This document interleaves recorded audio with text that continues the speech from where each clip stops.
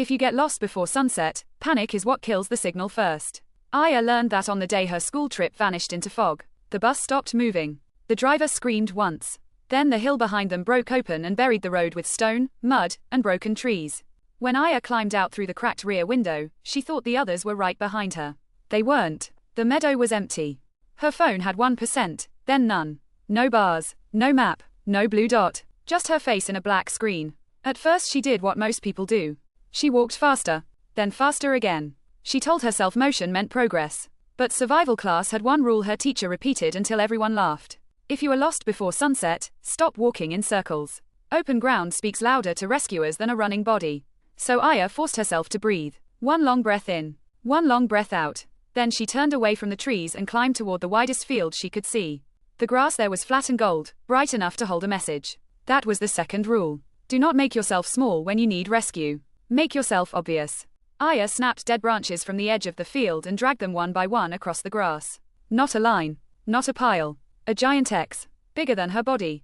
Bigger than the fallen bike she found near the ditch. Big enough that anyone above would know it was not random. Then she made it brighter. She spread her orange jacket across the center and tied a strip of reflective foil from her lunch pack to the upper arms of the X so it flashed every time the wind turned. The sun kept dropping. That meant rule 3. If you have time before dark, build signals in groups of 3. 3 fires. 3 whistle blasts. 3 chances for someone to notice that you are not part of the landscape. Aya gathered dry grass from under the stones, bark from the broken bus panel, and the last 2 matches from the driver's emergency tin. 1 flame. Then another. Then the third. 3 small fires in a triangle beside the X, each one breathing out a thin line of smoke.